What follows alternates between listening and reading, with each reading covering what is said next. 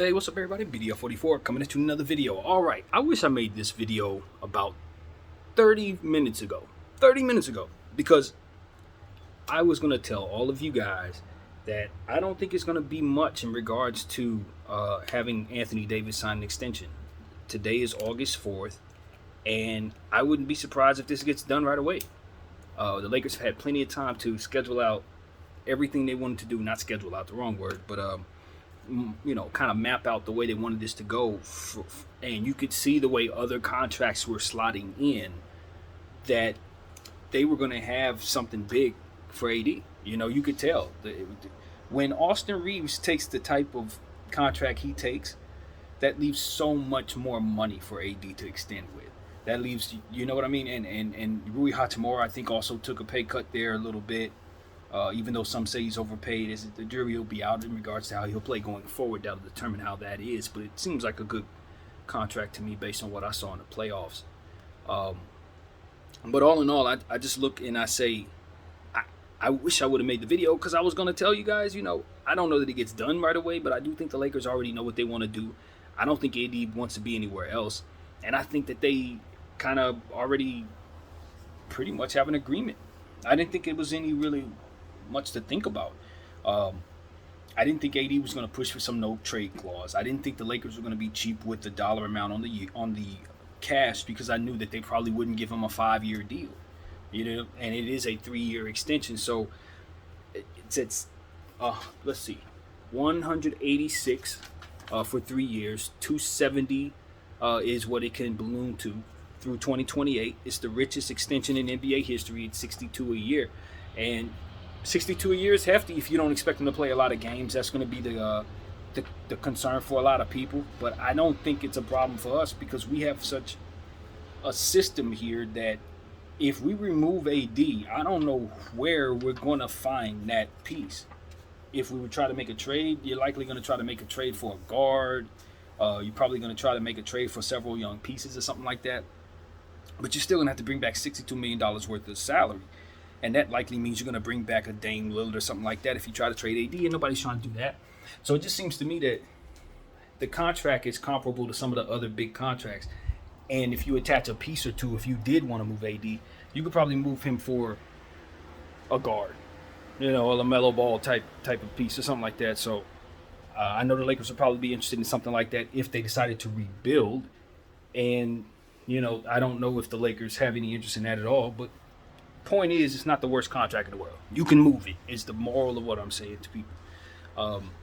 It ain't the end of the world that he signed for that amount. And with Jaylen Brown signing for $304 that the cost of putting together a team has just gone up.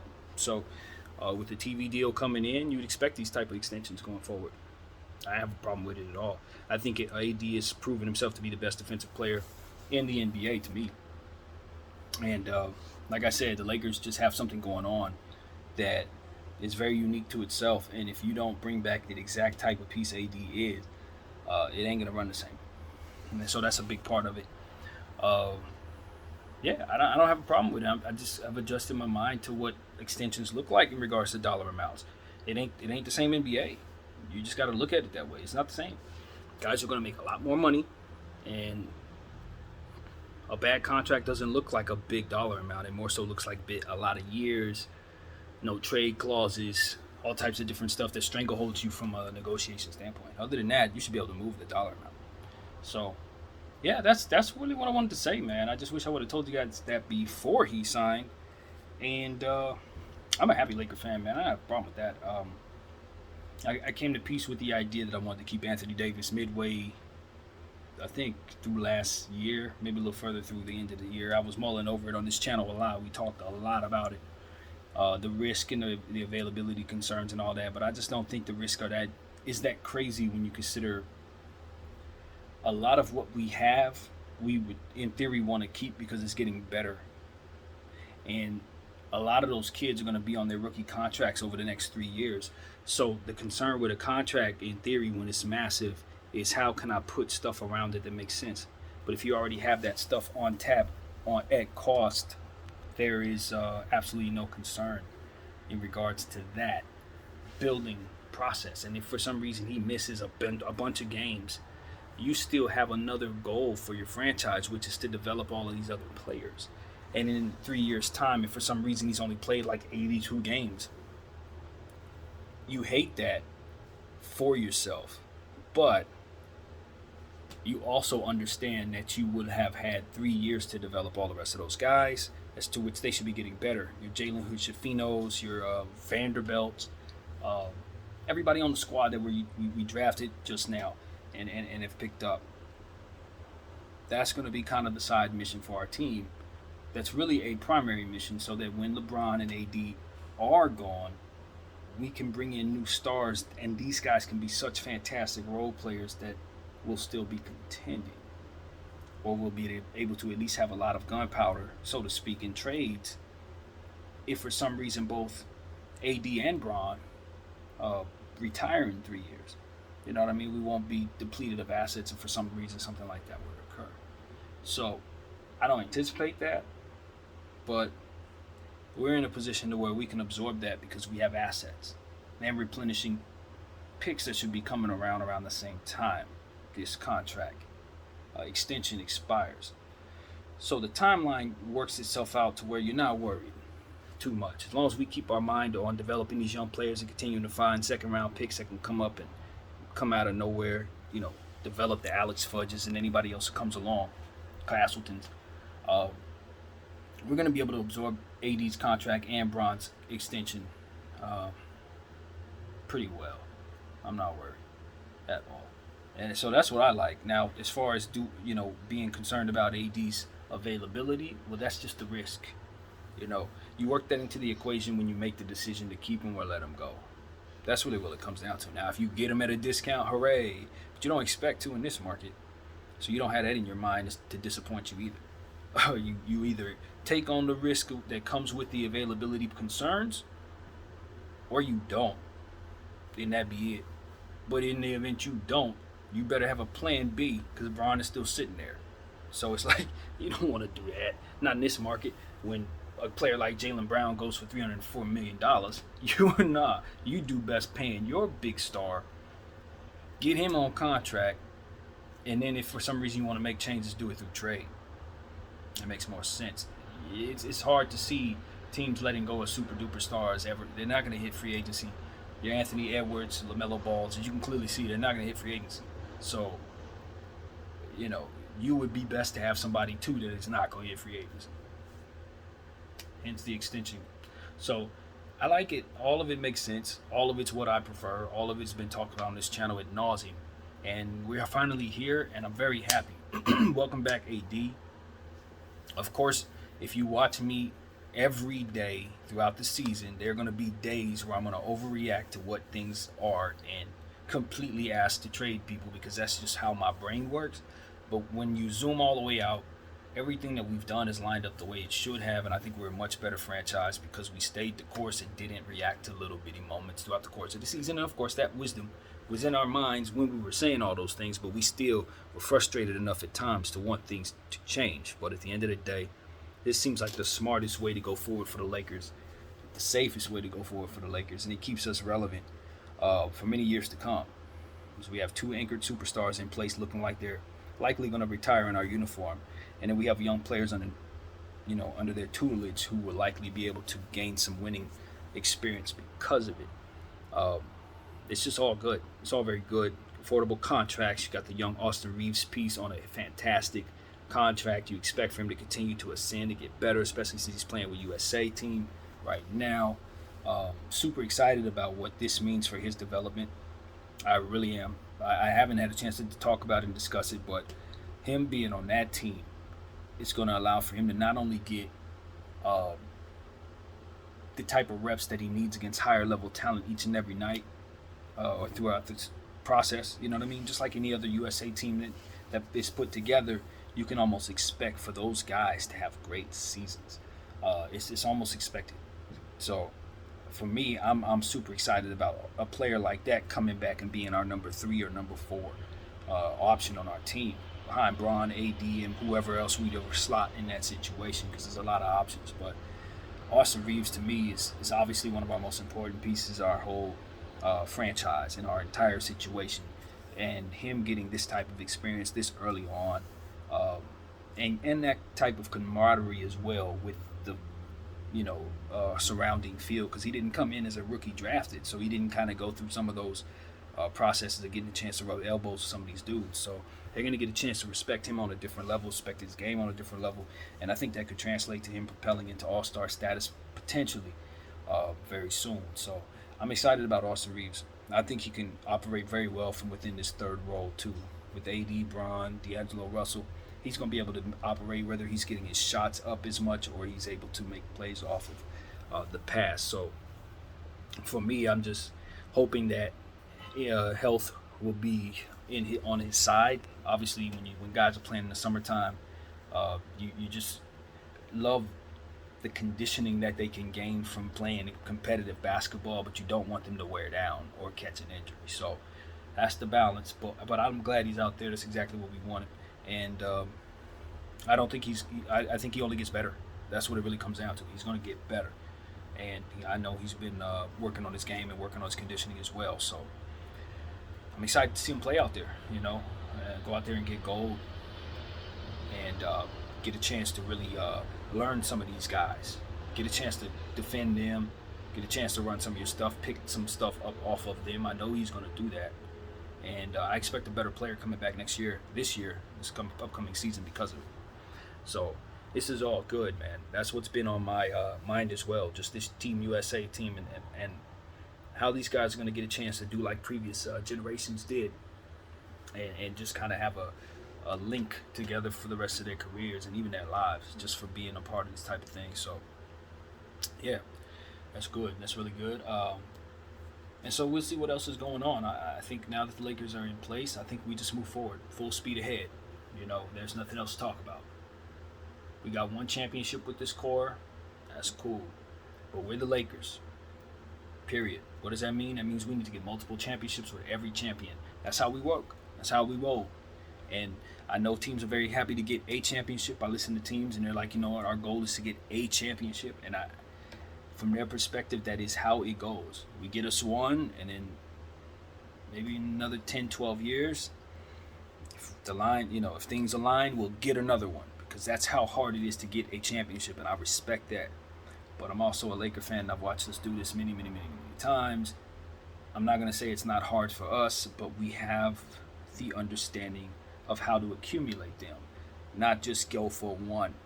So for where we're at, for what it is we've invested in our core and our young players, I do believe that should be our only focus at this point. Everybody's signed, everybody's good. LeBron James obviously needs to be given his extension, but there's no guarantee he'll want to sign one based on where he's at in his career. So you don't think about him the same way you think about AD. We're year to year with Bron unless he says otherwise. So you go full speed ahead with this in mind. And we go full speed ahead. That's pretty much it. It's time to go win the championship. I don't have us winning the championship. I'm always consistent about what it is I say, but that does not mean that our goal shouldn't be to capture it anyway. There will be many people who say we can't win it. There will be many people who say whoever does win it can't win it. You understand what I'm saying? So that's not an excuse to not take what it is that's ultimately complete and going out there full speed ahead. And that's what I expect from the franchise this year. We've done a lot to put ourselves in a position to be as healthy as possible as a franchise, meaning young players developing, good contracts, assets that can be traded all over the place. We have done a great job. Rob Pelinka, everybody, Jeannie Buss signing off on everything, the scouts. We are in a position to go for it. And whether or not we capture it this year or LeBron James, assuming he comes back, which I think he would, the following year, we're going to go after this thing, and we're going to take it. I do believe the Lakers can capture this championship if they look at it as not a one-year thing, but as so long as Bron is coming back, we're building towards that every year. And so that's what it is. And so, obviously, if LeBron leaves, we will have to figure out what we will do in regards to bringing a superstar to us to keep that mindset. But we have a team that can win it so long as they're all developing properly and we get some blessings from the basketball gods and the health department. So that's what it's about, man.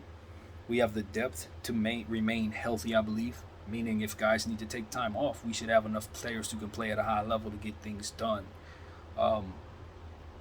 And it's just about how much these young players can take on, you know, how soon they can take on big roles, and how well the new guys come in, like Gabe Vincent and you know, Prince and other players who are going to be here, how well they play as well to kind of make up for any mistakes that the young fellas might make in this early stage. So Hachimura and Austin Reeves, you expect to take steps forward. I think the balance for coaches to make sure that is articulated well, painted out to them in such a way that makes it make sense, so that they're not trying to do too much because of it being paid. I think that's most important as well when you're considering these guys coming back, more expectations for them. We don't want them to step into mistakes. It should be you know, an easy pecking order. You know, AD, Bron, everybody else. That's kind of how that has to go. Last year we established AD as our number one. I do believe that should remain the case. I don't expect for him to score as much. We understand there are going to be nights where he attempts 7 shots, and that's going to be normal. We just got to live with that.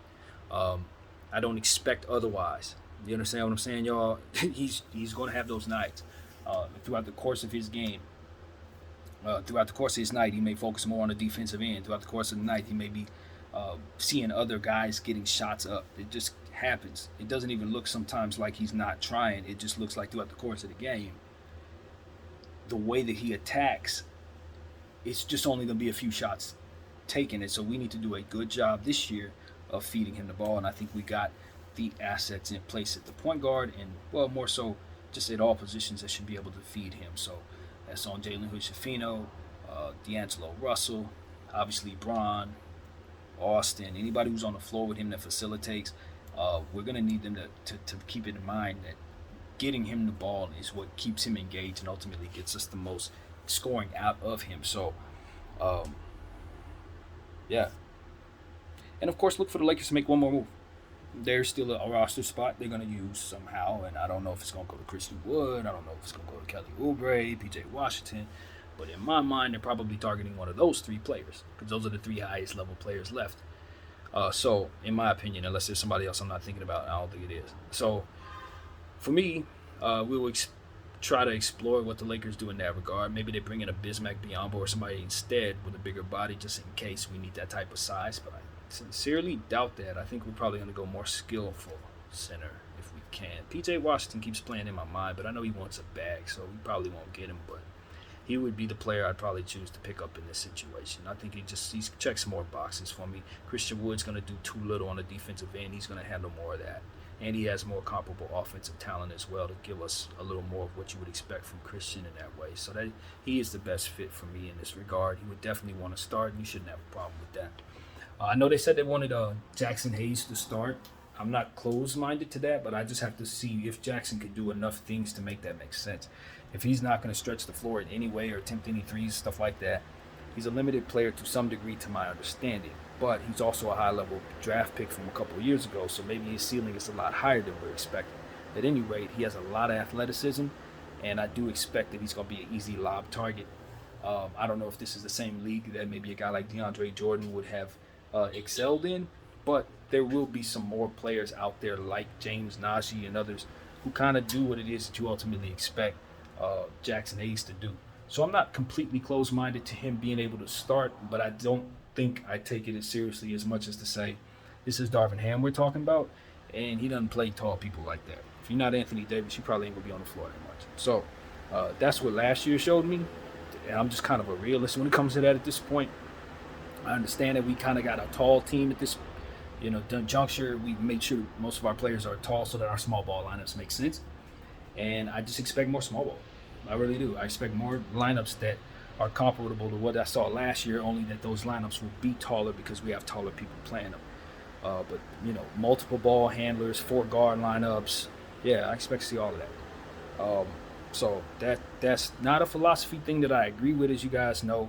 If you follow me, I said this ad nauseum last year. But, I think the key is to make sure that you have a roster that's constructed to be able to be utilized that way. And I think we're more so in that position this year with this roster. So, yeah, Jackson Hayes starting.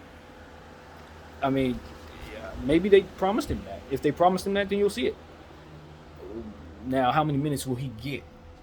He may start and he'll play like 20 minutes. So we've seen that movie before with other situations, and I would tell him that just be prepared to sit, bro. Regardless of what they promise you, be prepared for that. Especially since the going word is that you start season slowly. So if we put you out there and you start slowly, then you won't have to start job for long. So that's really what it is. I think the most important thing for him is to develop. I know we can go out there and consider him starting because he probably at this point probably wants a opportunity to fully showcase himself so we can hurry up and get a bag. It makes all the sense in the world. I get it. But I don't know that this is the team that can really promise you that. We do want to start a center next to AD, but I think that center is going to have to be a bit more of a fluid player to make it make sense for what AD ultimately does, and more of a scoring combo guy to make it make sense as well. Again, AD has issues with energy, so maybe that is a good player to insert into the starting lineup. But I think we're going to have more so of an I think a focus in on ball handlers. And again, with your Austin Reeves, Rui just being paid, Vando developing, and they're paying a close attention to trying to develop him right now. I just think it's going to be a lot of those guys being seen a bit more. Gabe Vincent, you're going to want to see him on the floor. And then Jalen Hood-Schifino likely is going to get a lot of the second unit point guard positions circumstances, and I think that is a good lob target for him. So when we talk about having Jackson Hayes start, I think he probably fits the second unit pretty well with the young roster that we got there. A bit more athletic down there if you want to use Cam Reddish in that second unit with him. I can see that being a good defensive tandem there. Vanderbilt as well. Spacing issues, depending on if Vando can hit that three. So it's a lot of different things that I think we could do, but if y'all follow Darvin Ham close enough, you're not going to probably see most of that. What you're probably going to see is Austin Reeves, Gabe Vincent, D'Angelo Russell. These are the type of rotations I honestly think I'm really going to see. And it's somebody else, Braun, and Rui Hachimura or something like that. That's more like what you're probably going to see a lot of the time, because that's just Darvin. That's how he moves. Ball handlers. You got to be able to dribble. You got to be able to get the offense going, spread the floor.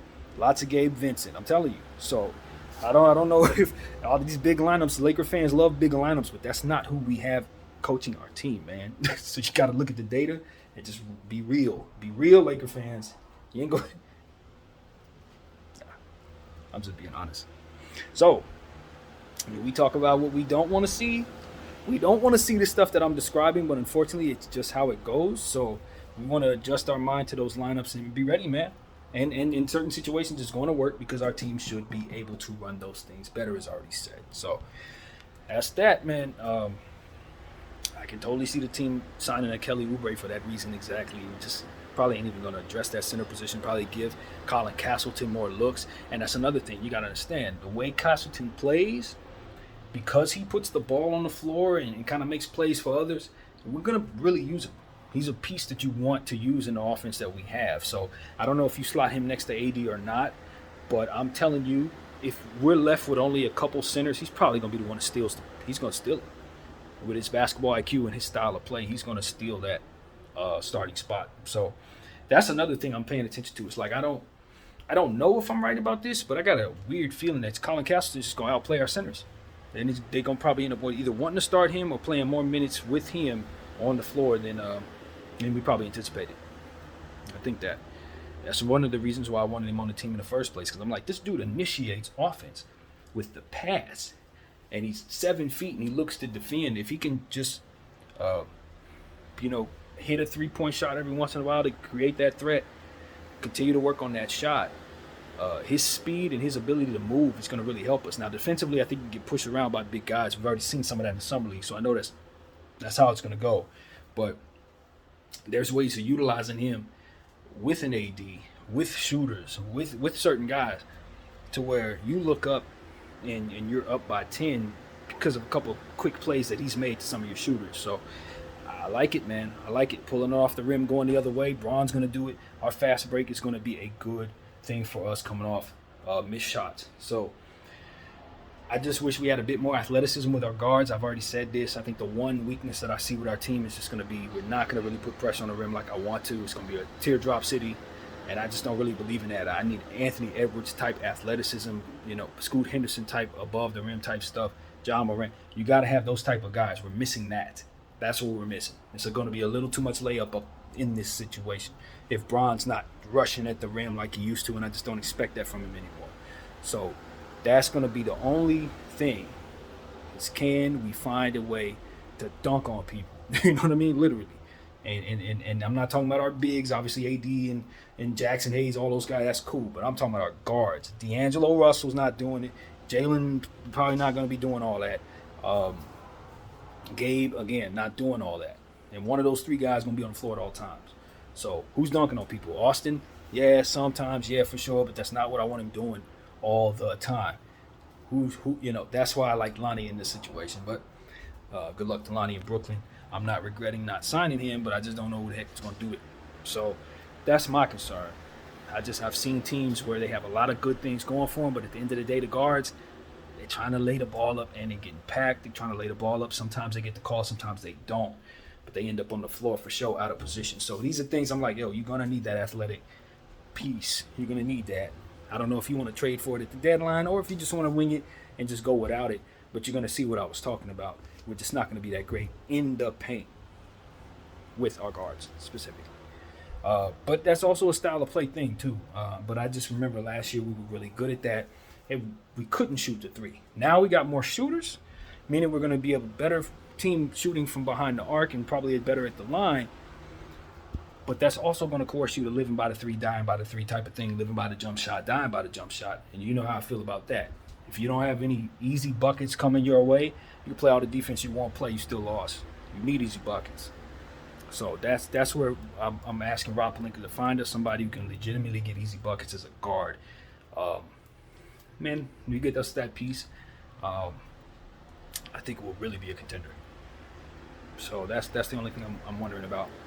And no, I don't want to go back and get Westbrook at $4 million. No, keep him in Clipper land. Thank you very much. No. Gotta find somebody else to do it. So that's pretty much where I'm at with everything, man. I forgot to salute the Kobe minute. Obviously, I want to do that. Love seeing pictures of her and Taylor Swift. The kids. I'm speaking too fast, thinking too slow. The Bryant family, I think it was little Coco. I think it was who it was. I'm not sure which one it was, but they were able to meet Taylor Swift and get hugs on the stage and all of that. So we just love seeing the Bryant family continuing to thrive these days. So that's where it is, man. That's my Laker video for everybody. Gonna go get myself something to eat and listen back to this video, see if it made any sense at all. And I'm very happy that AD is back. Congratulations to AD and his family. I know he likes his bread, so this is gonna make him a lot richer. And we're gonna be in a position to have a little more stability about ourselves now that we know Anthony Davis is locked in and signed. Man, I don't think the risk is too crazy with 3 years. I really don't. That aligns with everything we're trying to do. We don't expect him to be as healthy as maybe Mikal Bridges or nothing like that, but we do expect for him to get in better shape over the next several years. Don't take steps backwards in your conditioning. Father Time's going to hit. That's cool. But we got to eat right. We got to keep working out. And if we do that, you'll push up against Father Time just the same. And that's ultimately what it's about. So, yeah, that's where we're at. I don't think AD's going to take steps backwards. I don't think so. I think he's learned that him out of shape equals him off the floor. And so last year he put in a lot of work to get himself in shape. This year he's putting in a lot of work, boxing and things like that, to get himself in shape. I expect for a better Anthony Davis. Injury issues will still occur because this is what his body does, but he's working against that with more conditioning habits. He's taking better care of himself 2 seasons in a row. We're seeing that in the offseason, rather. So I know that works. And 1 off season is great. 2 off seasons, that's great. That's what you're building, Anthony. So we appreciate that, man. Keep working on your body. Keep taking care of yourself. And I think it will translate to you being better, quicker, and more able to have a longer career going forward. So that's what it is, man. I'm good. I'm good as a Laker fan. I don't know if anybody thought I would complain, but no, this is what I wanted. So that's pretty much what I got to say. BDL 44. I thank you all for watching.